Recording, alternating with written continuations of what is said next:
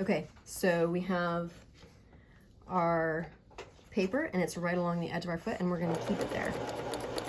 Okay, so if I tip my paper like this, I can now see this paper over here. And my seam allowance is gonna get wider. Okay, I don't want that. I want it to stay where it should be. So I tip it back this way and I get back on my seam allowance and I straighten it out.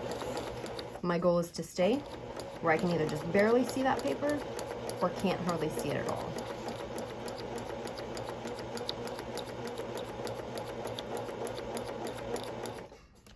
Okay, so there's two different types of stitching we have to practice. One is on this line paper where we're able to just follow a line with our needle.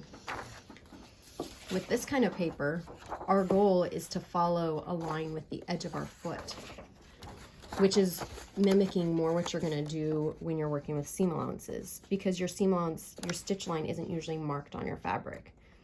You have to run your fabric along the edge of your foot or along one of these lines out here. So I could do that instead. I could move my paper out here to this one. And then I'm gonna stitch along and I'm gonna keep it on that one. Again, notice my hands aren't up here by the needle.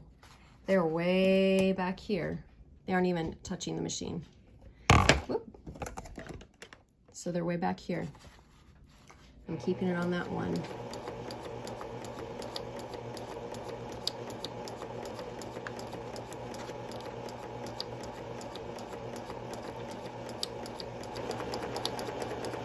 And I'm going to keep my hands on the paper or the fabric until my fabric or paper gets all the way up to that foot. Because if I don't, then the weight of this fabric over here could pull it sideways. And we don't want that to happen. So I'm going to keep my hand here until it goes all the way to the edge. Okay.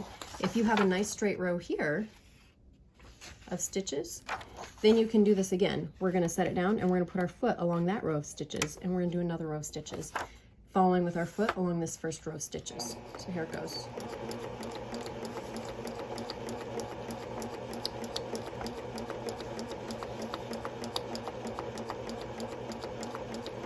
This is a really good way to practice following along the edge of your foot, making straight lines, just following a line on with your needle. And it doesn't use any fabric. It doesn't use any thread, so it's a very low-cost way to practice. And your goal is to help you get nice straight seams and seam allowances. Let me know if you have any questions.